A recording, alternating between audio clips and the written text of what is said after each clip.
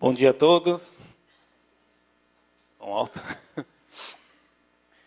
É muito bom estar aqui nesse 14º ciclo de palestras do Tribunal de Contas. Palestras não, mas de estudos. Tribunal de Contas em associação com os municípios, Associação dos Municípios aí de toda a região de Santa Catarina. O tema que nos traz hoje aqui é procedimento interno nos processos de dispensa de licitação e inexigibilidade de licitação. Tá? Basicamente, naquelas hipóteses de dispensa a partir do inciso 3º da Lei 8, do artigo 24 da Lei 8666, dado que os incisos 1 e 2 eles praticamente dispensam um processo um pouco mais formal e muitos municípios têm adotado aí um método bem simplificado de contratação, né? Não quer dizer que o que eu vou dizer não se aplique para esses dois incisos, 1 e 2. Tá? Mas ele não é assim, de uma forma generalizada, formal, digamos, nesse sentido. Então, vou deixar já de antemão aqui um contato lá no Tribunal de Contas. Meu nome é Sandro Luiz Nunes, eu trabalho lá na Consultoria Geral. Vai fazer uns 2 anos agora, mas basicamente na análise de recursos. Tá? Durante algum tempo eu trabalhei na diretoria de licitações e contratações, na DLC, anteriormente na diretoria de denúncias e representações também. Essa é a minha passagem pelo Tribunal de Contas desde o ano 2002 que eu estou por lá. Você pode, tem gente que pergunta assim, mas como é que você vai falar sobre o procedimento interno da licitação se você nunca trabalhou executando uma licitação? Né? Geralmente as pessoas têm a visão de que quem trabalha no Tribunal de Contas não executou. No meu caso, eu já executei anteriormente. De 96 a 2002, eu trabalhei com licitações executando. Fui pregoeiro, presidente de comissão de licitação, fui gestor, então eu sei um pouquinho da dificuldade de quem está do outro lado do balcão em relação aqui ao nosso processo de fiscalização do Tribunal de Contas.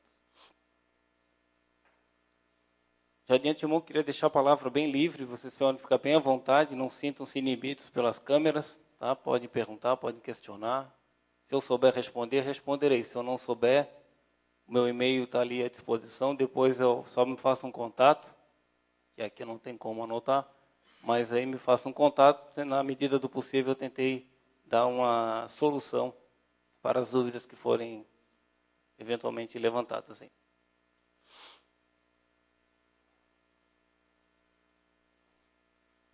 Quando se fala em dispensa de licitação e procedimento de inexigibilidade, eu gosto sempre de deixar bem claro qual é o nosso objetivo, o que a gente pretende lá na frente.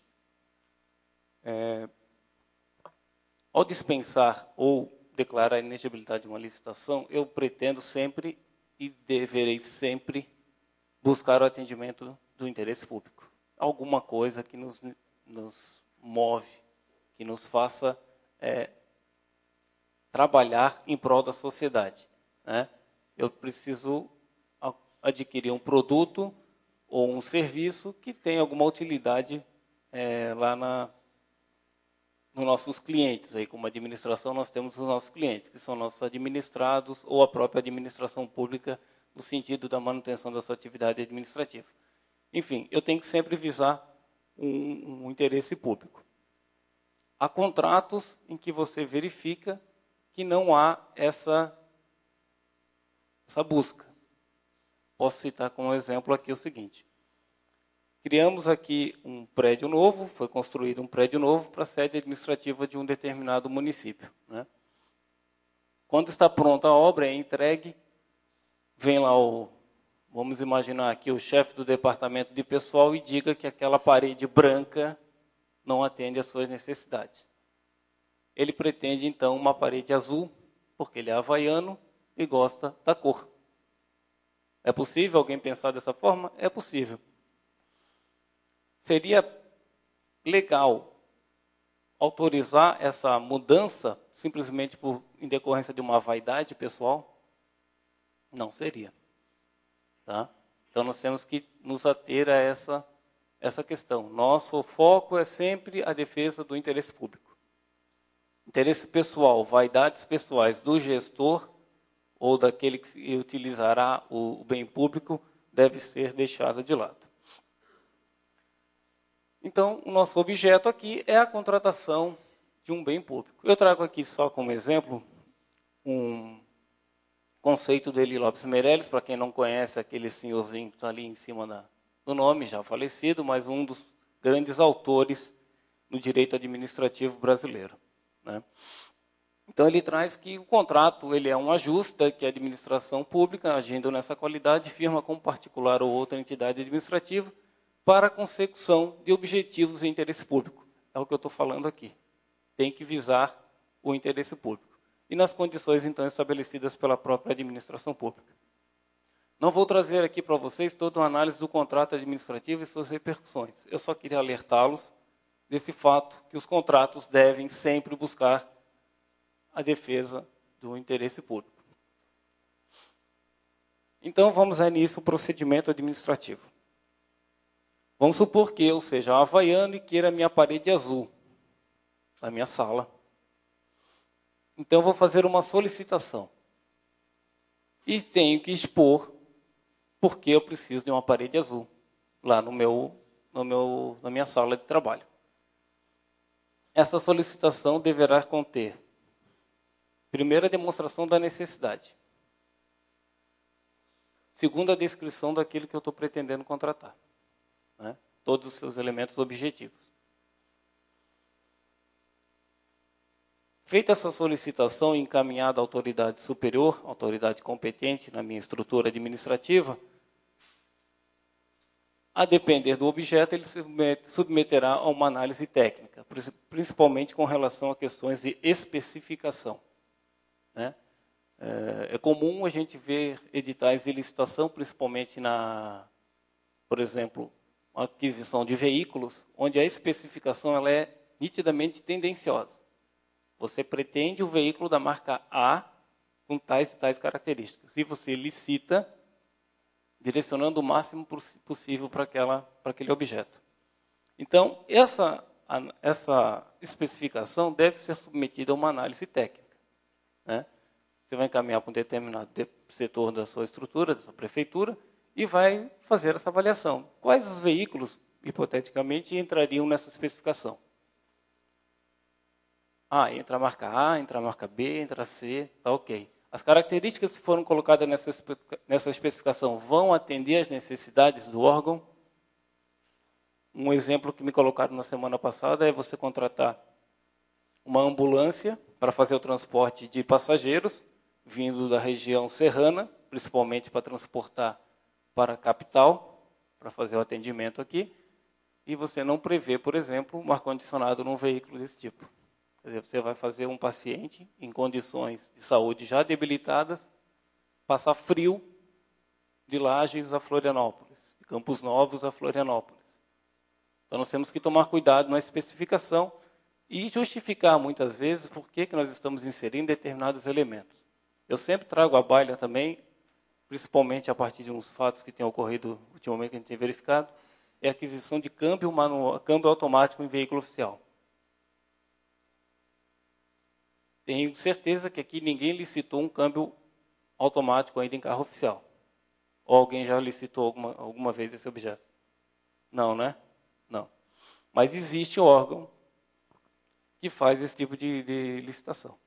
Coloca câmbio automático. Quando a gente sabe que o consumo de combustível é maior, manutenção do veículo é maior, né? Despesa com o tipo de manutenção desse carro é maior. Então, ele é economicamente inapropriado para a administração pública, de certo modo, a não ser que a gente justifique a necessidade de um carro com câmbio automático, tá? No estado de Santa Catarina, nós temos a previsão em decreto, que regulamenta a contratação de veículos para veículos automáticos de representação. Governador do estado, presidente do tribunal e tal. Fora isso, os veículos de serviço são câmbio manual. Então, para que a gente possa fazer uma contratação nesse sentido, ou seja, um câmbio automático, eu teria que justificar. Então, feita essa análise técnica. Justificamos por que nós queremos determinados objetivos. Volto à questão da minha salinha. Na minha salinha lá com parede azul, não vou conseguir justificar. Não tem como justificar, né? Então, mas nas questões técnicas, para veículos, por exemplo, e outros equipamentos, isso aí, a análise técnica é necessária para a demonstração da lisura do nosso procedimento. Pesquisa de preço seria o passo seguinte.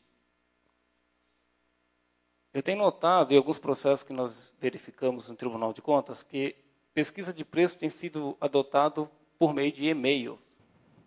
Alguém aqui utiliza o e-mail para fazer pesquisa de preço? Certamente. Dos 10 e-mails que vocês encaminham para os fornecedores, quantos respondem? Quantos retornam com o orçamento que vocês solicitam? Poucos? Metade? Os que eu vi são poucos. Tem gente que está concordando comigo, são bem poucos. Por quê? Primeiro que os fornecedores não querem divulgar para vocês o preço que eles têm. Principalmente quando vocês já indicam que vocês pretendem fazer uma licitação. Isso é fato. Ninguém quer se expor antes da abertura dos envelopes. Por outro lado, eles muitas vezes inviabilizam a realização da licitação, porque vocês estarão ausentes de um dos elementos que é importantíssimo para a definição do objeto da licitação, da modalidade de licitação, melhor dizendo, né? Então, eles estão inviabilizando o nosso trabalho. A recomendação que eu passo é que, na medida do possível, vocês se desloquem até os fornecedores. É aqui na região, é próximo, não vai ter um deslocamento assim tão significativo. Vão lá, compareçam, expliquem a situação para o fornecedor, de certo modo procurem variar os fornecedores. Não adianta ir sempre no mesmo João da esquina, que uma vez ele vai te fornecer, na segunda ele vai, na terceira ele já está de cara feia, porque daí você vai, pede informações e vai dizer, você nunca comprou comigo. Não é verdade? Eu não vou te dar mais orçamento. Então procurem variar e verificar o preço de mercado desse objeto que vocês estão contratando, pretendem contratar. Esse é um ponto que deve ser levado muito em consideração e com atenção. Na época que eu comecei na licitação, em 96, eu fazia cotação por telefone. Fulano, quanto é que é o preço aí do pneu? Ah, é tanto, anotava. Na empresa tal, no dia tal, telefone tal, falei com a pessoa tal, e o preço lá era tal. E ligava para outro, e ligava para outro. E fazia um mapa de controle.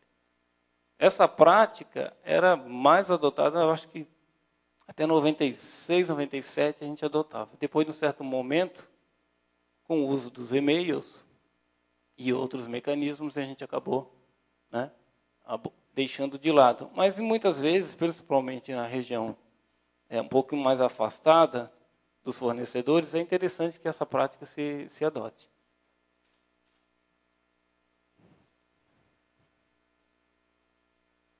Bom, feita a pesquisa de preço, então nós já temos plena informação sobre o que nós pretendemos contratar, para que nós queremos contratar, quanto custa estimativamente esse objeto, né? Já temos essas informações. Então vamos remeter então o nosso processinho ao setor de contabilidade, para que ele então possa lá nos informar da dotação orçamentária, fazer os bloqueios necessários que têm que ser feitos e os registros pertinentes na área contábil. Bom, temos essas informações, então nós devemos encaminhar esse processo ao departamento jurídico, ao setor jurídico, para que ele possa dar uma debruçada sobre o objeto e nos apontar se aquele caminho mais adequado seria uma contratação direta, ou inegibilidade, ou então a realização de uma licitação. O jurídico vai dar esse norte para nós. Tá? Claro, se o jurídico não se limitar a usar pareceres padronizados, muitas vezes, de sistemas de informática. Eu digo isso pelo seguinte, é comum, não vou falar nenhuma heresia, você pegar processo licitatório em que o parecer jurídico é aquele do sistema automatizado lá da contabilidade ou da administração. O parecer é pronto, é padrão. Verifico que o objeto está de acordo com a Lei 8666, ponto. Esse é o padrão. Aí você pega o processo, vai dar uma analisada. Ninguém disse para que era, o que queria, o objeto é tendencioso. Se tiver uma minuta de um contrato, muitas vezes falta cláusulas que são obrigatórias. Entendeu? Então vamos... o alerta que eu dou aqui é para que esse parecer jurídico realmente seja de acordo com aquilo que está se analisando. E evite-se aqueles procedimentos assim gerais que a gente, na realidade, não está analisando o processo que está sobre a mesa, e sim um sistema informatizado. Bom, nós temos todas essas informações já. Solicitação, análise, pesquisa, parecer da contabilidade, parecer jurídico, está tudo certo, podemos fazer a contratação. Então, nós vamos encaminhar esse pedido para a autoridade que tem competência para decidir se nós vamos contratar com dispensa de licitação ou com inegibilidade, ou então encaminhará para a licitação pública. Nós temos que ter em mente que tudo que nós fizemos até o momento nesse processo destina-se a essas duas pessoas. A autoridade que irá aprovar e aquela superior que irá ratificar o ato de dispensa ou inegibilidade, no caso. Trabalhamos para eles, para dar subsídio a eles decidirem. Tá? Não trabalhamos para nós, trabalhamos para eles, que, por fim das vezes, tudo isso aqui estará sujeito à análise posterior pelo Tribunal de Contas, pelo Ministério Público, pela sociedade, por aqueles que desejam ter informações sobre as contratações públicas. Tá? Observatórios e outros entes aí privados que hoje estão surgindo. Por isso, a necessidade sempre de justificar os atos que são praticados. A justificação para tudo aquilo que é praticado no processo licitatório é de extrema importância para processo de controle externo, análise do controle interno e análise dessas autoridades aqui que vão participar do processo. Tá? Submetemos, então, o processo de dispensa para aprovação. Alguém na área administrativa detém competência para fazer isso. Se não está expressamente prevista no regulamento do órgão, é bom que se crie, que diga exatamente quem será a autoridade competente para fazer, para declarar a inegibilidade, para declarar a dispensa, quem é a autoridade superior que irá ratificar esse ato. É importante que isso esteja expresso em norma interna do órgão, do município, né? Porque senão fica aquele negócio. Hoje é o João, amanhã é o Pedro, amanhã é a Maria, ou seja, quem está passando no corredor é que assina. E não é legal assim. Entendeu? Porque depois a gente vai apontar na matriz de responsabilidade, lá na análise do Tribunal de Contas, dizer quem é o responsável, o fulano vai dizer, mas eu não sou competente para fazer isso. Mas você está praticando o ato. Ah, mas não sou competente. Então eu sou responsável por não ser competente, mas não pela prática do ato que eu fiz. Tem gente que argumenta isso. Então nós temos que tomar cuidado e verificar realmente quem são as pessoas responsáveis pela reconhecimento do ato e a autoridade superior que deverá ratificar esse ato. Bom, temos a autoridade, então, que aprovou, temos a autoridade que vai ratificar. A autoridade que aprova pode ser um diretor, sei lá, do setorial da administração, pode ser. A autoridade ratificadora pode ser um secretário municipal. A norma interna de cada município que vai dizer ou deve dizer quem é. Pode ser que a autoridade que vai aprovar seja o secretário municipal e quem vai retificar seja o prefeito. É possível? É possível. Norma interna de cada unidade é que vai disciplinar. Só que para que esse ato, essa dispensa de licitação ou inegibilidade possa surtir efeitos, não que ele seja válido, mas que ele possa produzir efeitos na prática, ele tem que ser publicado. Tá? Esse ato vai ter que ser publicado. Bom, em síntese, esse é o procedimento interno que deve ser promovido dentro da administração pública. No mínimo, isso aqui, adotando essas etapas. Adotando essas etapas, nós temos uma grande chance do processo de contratação ser regular e ser aprovado pelos órgãos de controle. Bom, aqui quando eu coloco fases externas, aí nós estamos mais direcionados àquilo que eu havia comentado inicialmente a respeito do contrato. Nosso objeto é a realização de uma contratação que vai satisfazer o interesse público. Aqui não preciso dar maiores detalhes, que é o contrato, fornecimento ou prestação, recebimento do bem ou do serviço, e depois pagamento e, enfim. Aí cada objeto vai ter a sua própria especificidade aí. Mas o que importa para nós hoje trazer aqui era essa primeira parte. Tá? A primeira parte é importante. Se vocês verificarem que lá no município de vocês não tem norma disciplinando isso, é bom que eu faça.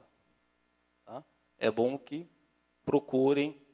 Existem prefeituras aí que já existe isso aí bem já regulamentado. É legal, pode pegar como modelo e tentar implantar lá na prefeitura de vocês.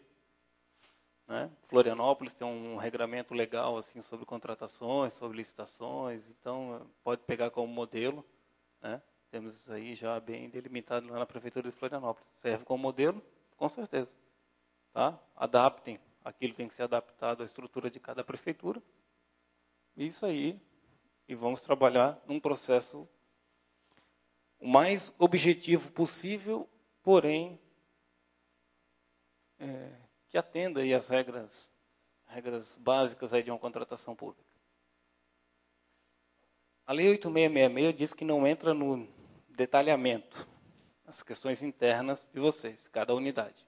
Não, porque norma da União é estabelecer normas gerais, a competência dela, normas gerais. Mas ela tem uma previsão lá no artigo 26 de alguns requisitos básicos que devem ter. Tá? Artigo 26, ela vai ter essa disposição. Basicamente, ela vai ter que ter a justificativa daquela contratação, principalmente, por exemplo, na questão de contratações emergenciais. Tem que justificar. Né? Por que você está contratando determinada quantidade de serviço lá, de trator, sei lá, de abertura de estradas e coisas assim, ela tem que justificar por que você está fazendo de forma emergencial. Isso aí é importante.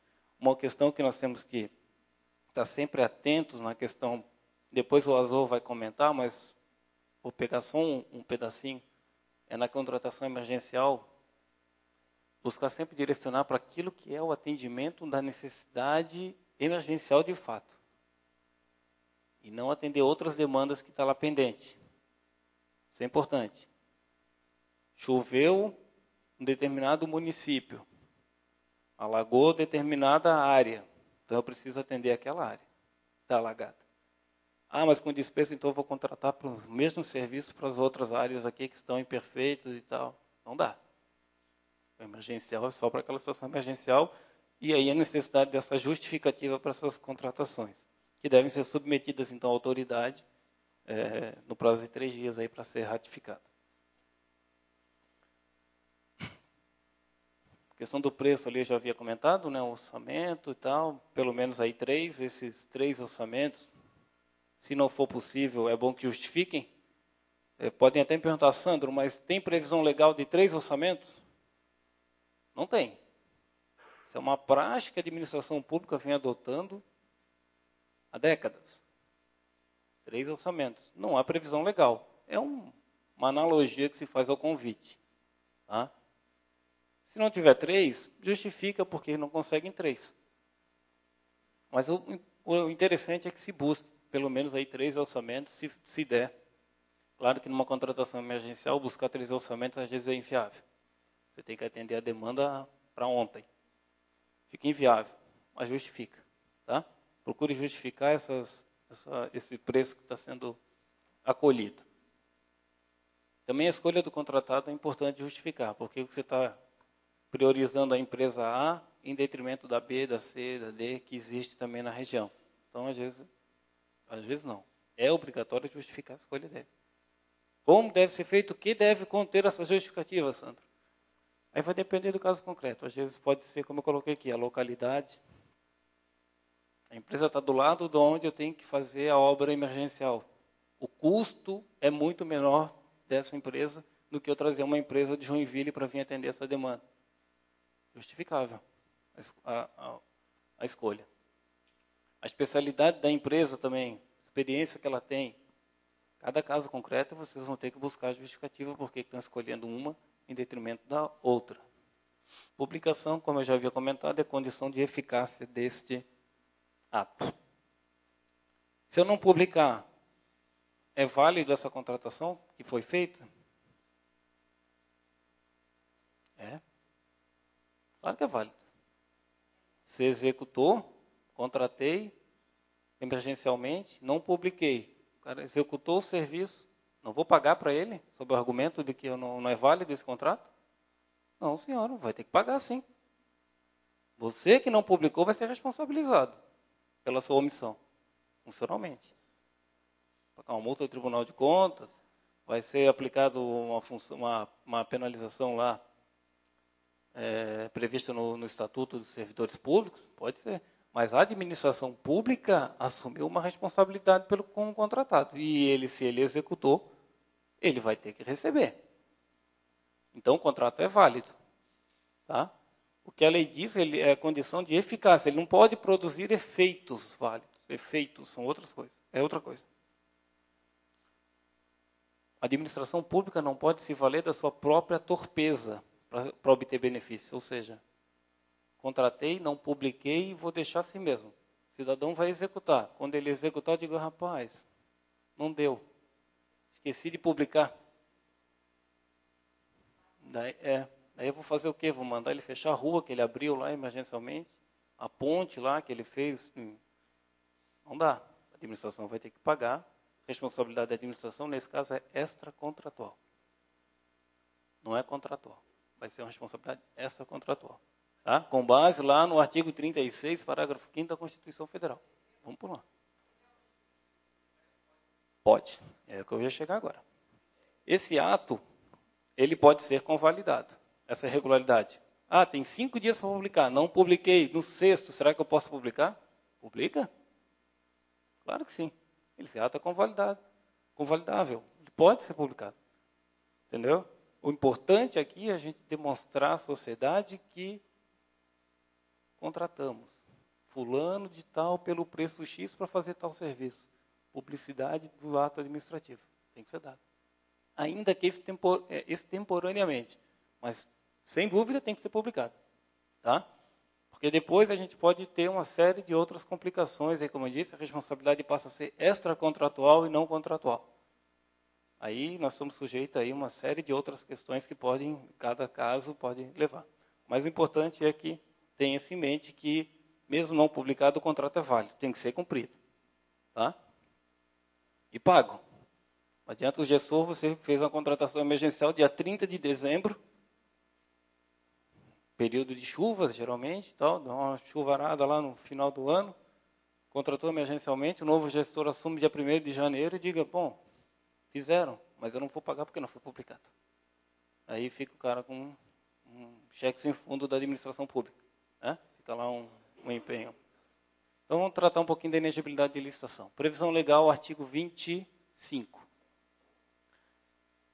Eu sempre gosto de tratar da inegibilidade e alertando o seguinte, olha, vocês não se preocupem muito, tem que se preocupar, é claro, porque é uma previsão legal, com o artigo incisos 1, 2 e 3 da Lei 8666. Tá? Claro que lá é importante, tem uma série de requisitos que devem ser cumpridos. Mas o que vocês têm que sempre ter em mente é a questão da inviabilidade de competição. Se não tem como você licitar por meio de critérios objetivos, você não vai ter como licitar. Então, é inviável a competição. Como é que eu vou aferir 2 elementos que não têm igualdade no mercado? São 2 coisas completamente distintas e pedir menor preço. Fica complicado. Então, sempre que você demonstrar que é inviável a competição, tendemos aqui a reconhecer a hipótese de inegibilidade de licitação.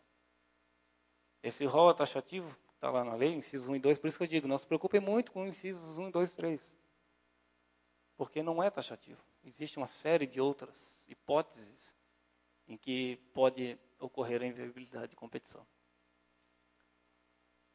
Aqui nós estamos diante do produtor exclusivo. Produtor exclusivo para bens, gêneros, equipamentos, ou seja, só um determinado produtor é que tem aquele bem que a gente quer comprar, tá? Que a administração pretende comprar.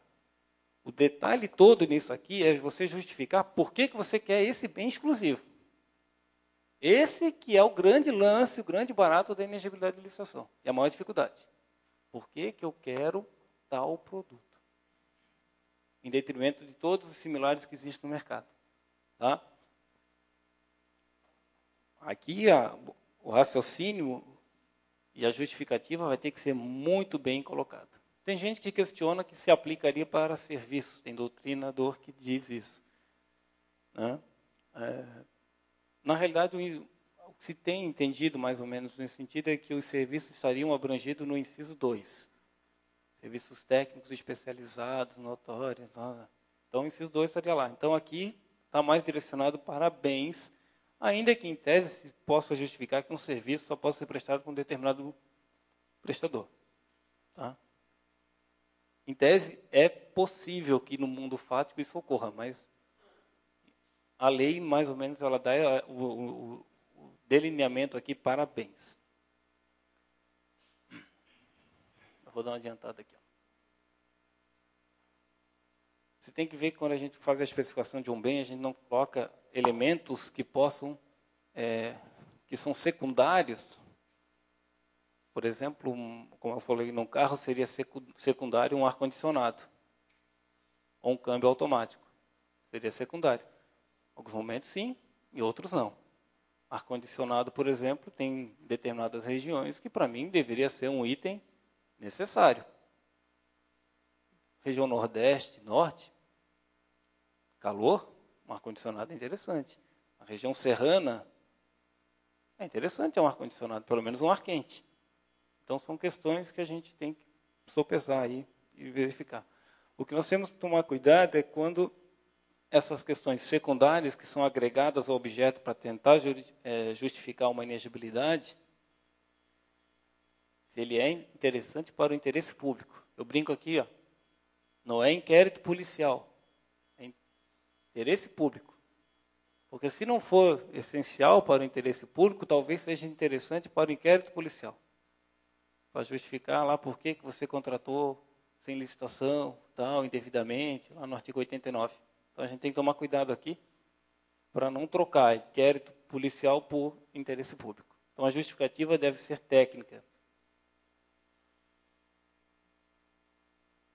Ampliação da competitividade deve estar sempre permeando as nossas cabeças. Então, se determinado objeto ele é necessário pelas características que ele tem, beleza. Agora, podemos viver sem essas circunstâncias que circundam, é redundante, né? Circunstâncias que circundam. Mas, enfim, sem essas questões secundárias, se a gente puder viver sem isso, vamos fazer a licitação, porque esta é a regra que nós temos que seguir.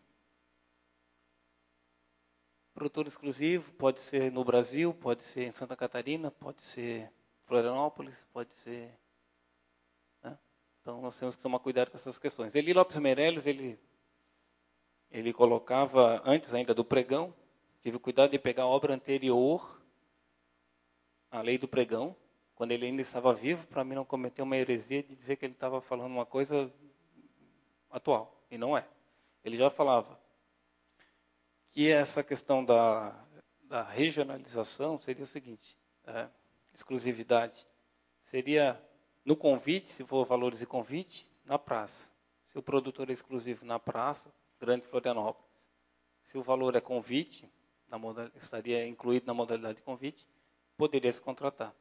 Se for valor que está dentro da tomada de preço, daí a exclusividade seria dentro do cadastro, aqueles que você tem lá cadastrado. E se fosse na modalidade de concorrência, aí seria no país. Essa era a ideia que o Eli Lopes Meirelles colocava. Hoje em dia, com o pregão, eu já não sei como que ele ia se portar. O pregão não importa valor, então, não sei se haveria alteração nessa linha de raciocínio. Aí vai de vocês analisarem bem se nós temos um produtor exclusivo aqui em Florianópolis, mas temos um que atenda a toda a região sul, por exemplo, que possa participar da licitação, então licitem. Porque isso aí são questões internas nas empresas que vão definir, né? Se dar exclusividade para tal região, porque às vezes o produtor ele é exclusivo na região de Florianópolis, mas em licitação pública tem outras. Então a gente tem que tomar muito cuidado com isso. E desconfiar sempre quando apareça aquela carta de exclusividade, tá? Ele já vem com a carta de exclusividade. Desconfiem e procurem saber com o fabricante, com outros representantes na região, no país, tal, que se aqui dali realmente tem validade.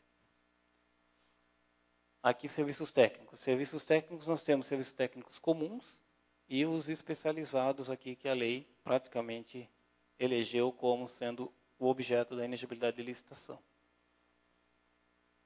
Elementos objetivos e subjetivos. O elemento objetivo é que aquele serviço ele deva ser especializado singular. Só aquele determinado serviço é que me atende, pela singularidade dele, pelo seu conteúdo em si. E o subjetivo aqui seria do profissional que vai exercer. Nós temos serviços técnicos especializados que qualquer outro prestador poderia, em tese, executá-lo. Poderia ser licitado? Em tese, sim, pode ser licitado. Então, licitem. Agora, você pretende que determinado serviço só possa ser prestado pelo fulano de tal. Isso é muito fácil a gente tentar esclarecer com relação a serviços técnicos jurídicos. É mais tranquilo de você conseguir simplificar.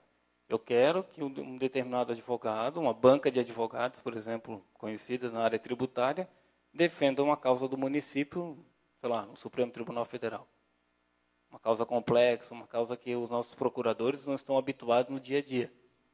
Em tese, aqui a gente enquadraria serviço técnico especializado, tem um elemento objetivo que é a natureza do serviço em si, que foge do comum, do dia a dia da nossa administração, e o subjetivo também estaria presente, tendo em vista a qualidade, o conhecimento, o know-how que aquela banca de advogados possui, reconhecidamente no país.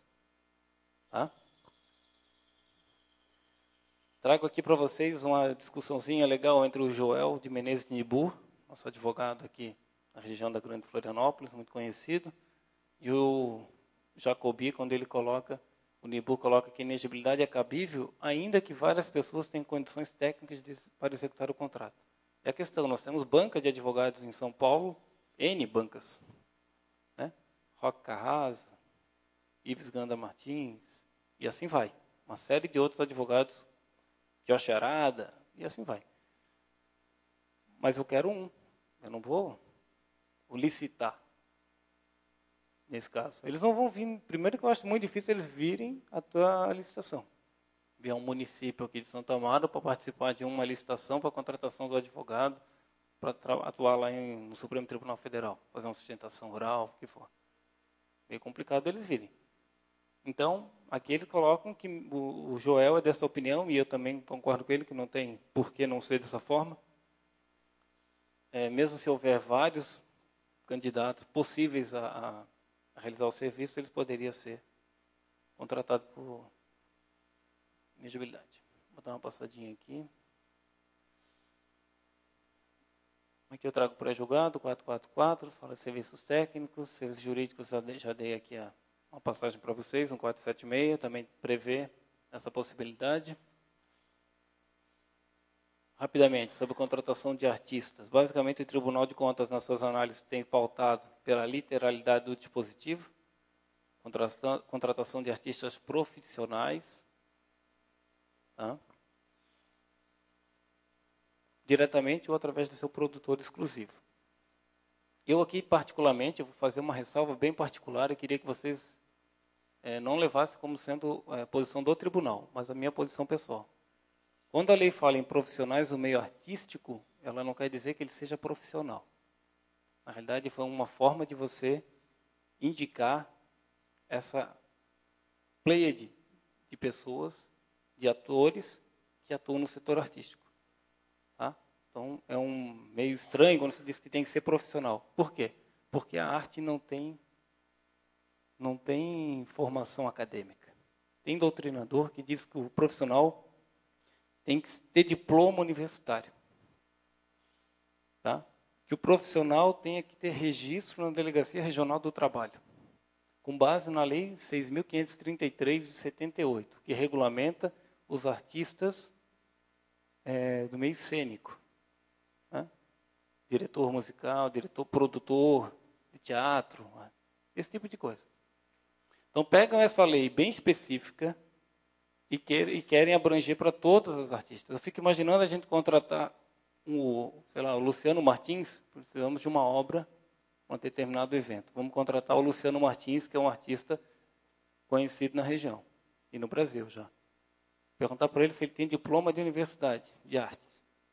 Não tem, pô, ele é publicitário. Diploma de publicitário serve? E se ele fosse advogado? Serviria? Posso contratar ele ou eu não posso? Entendeu? Então, essas questões, quando se coloca lá se ele é profissional, tem diploma ou não, isso aqui, posição minha. Mas o Tribunal de Contas ainda tem julgados e tem pré-julgados nesse sentido, dizendo que tem que ser profissional. Tá? Agora, você quer contratar uma banda aqui da região da Grande Florianópolis para participar de um evento no município, uma festa lá de emancipação política do município. A orientação que se coloca no tribunal é que tem que se licitar. Só que nós nós analisamos por inciso 3, só que esquecemos do caput. O caput diz que inviabilidade de competição é arte. Não tem como nós objetivamente mensurarmos isso para fazer uma licitação. Entendeu? Aí que eu coloco fica só essa crítica final com relação a esse dispositivo, o entendimento do próprio Tribunal de Contas. Posso estar errado. Tudo bem, mas a palavra aqui é livre, então. Tá? Mas a orientação do Tribunal de Contas é que seja profissional, contratado direto ou pelo seu produtor exclusivo. Fiquem muito atentos com relação àquele produtor exclusivo para o dia X que você no município pretende contratar o artista Y. É muito comum hoje em dia determinadas empresas se atravessarem e anteciparem. Se atravessarem é porque eles ficam entre a administração e o artista. E anteciparem porque eles vão no município e dizem, dia tal é a festa do município. Eu tenho um show do Capital Inicial para vocês. O administrador, que legal, era bem essa banda que eu queria. Então ele vai lá, corre com o artista ou com o seu produtor exclusivo e pega uma carta de exclusividade para aquele dia, para aquele município, para aquele horário. Existe isso aí. Está se proliferando pelo Estado. Então tomem cuidado com isso e evitem contratar dessa forma. Procurem um produtor realmente exclusivo lá do artista. Ou o artista, se ele não tiver o produtor exclusivo. Alguém tem alguma questão final que a gente possa colocar? Tudo certo? Gente, agradeço então a atenção de todos.